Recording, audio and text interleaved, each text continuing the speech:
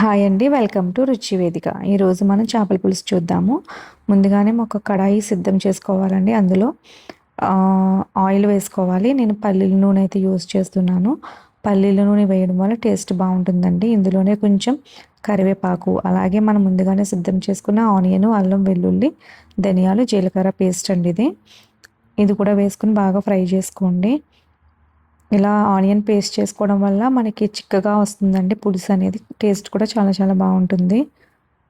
బాగా ఫ్రై చేసుకోండి. ఈరోజు మా ఇంట్లో సండే స్పెషల్స్ అండి. మీ ఇంట్లో ఏం చేసుకున్నారో కామెంట్ చేయండి. బాగా ఫ్రై అయిన తర్వాత మన పచ్చిమిర్చి కూడా వేసుకోవాలండి, మనకి కారానికి సరిపడా. ఇప్పుడు మళ్ళీ మనం 2 స్పూన్స్ కల్లుప్పు వేసుకోవాలండి. కల్లుప్పు వేసుకోవడం వల్ల కూర అనేది టేస్ట్ చాలా చాలా బాగుంటుంది. మనకి నార్మల్ సాల్ట్ కంటే కూడా కల్లుప్పు వేసుకుంటేనే టేస్ట్ అనేది బాగుంటుందండి నాన్ వెజ్ కర్రీస్కి. మీరు కూడా ట్రై చేయండి. మ్యాక్సిమం మా ఇంట్లో అయితే నేను ఎక్కువ కల్లుప్పు అనేది యూస్ చేస్తానండి.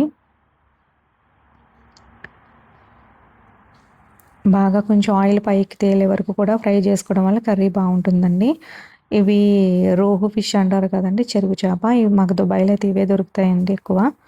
ఇవి తీసుకున్నారండి మా వారైతే. టేస్ట్ బాగుంటుందండి పులుసుకి. ఇవి ముక్కలు వేసుకుని ఒక 5 మినిట్స్కు అలా ఉంచేసేయాలండి ఇవి.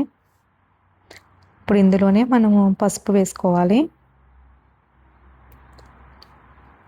అలాగే మనకి రుచికి సరిపడా 2 స్పూన్స్ కారం అయితే వేసుకోండి. మీ టేస్ట్‌కి తగ్గట్టు మీరు వేసుకోండి. మీకు ఎంత కావాలనుకుంటే అంత. మనం ఇంకే మసాలాలు కూడా మనం యూజ్ చేయక్కర్లేదండి. ఇలా వండుకుంటే సరిపోతుంది. ఫిష్ కర్రీ అయితే టేస్ట్ అయితే సూపర్ ఉంటుందండి. మీరు కూడా ట్రై చేయండి. ఇప్పుడు ఇలా ఒక 5 మినిట్స్ ఉంచిన తర్వాత ఇందులోని వాటర్ అయితే వేయండి. మీకు ఎంత కావాలనుకుంటే అంత కర్రీకి తగ్గట్టు వేసుకోండి వాటర్.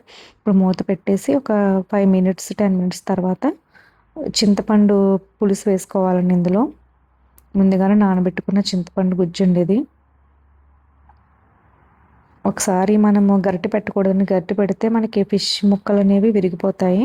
సో ఒకసారి ఇలా మనము తిప్పాలి. ఇప్పుడు అందులోనే మనము మామిడికాయ ముక్కలు, బెండకాయ ముక్కలు వేసుకోవాలండి. ఇవి వేసుకోవడం వల్ల కర్రీ అనేది చాలా చాలా బాగుంటుంది.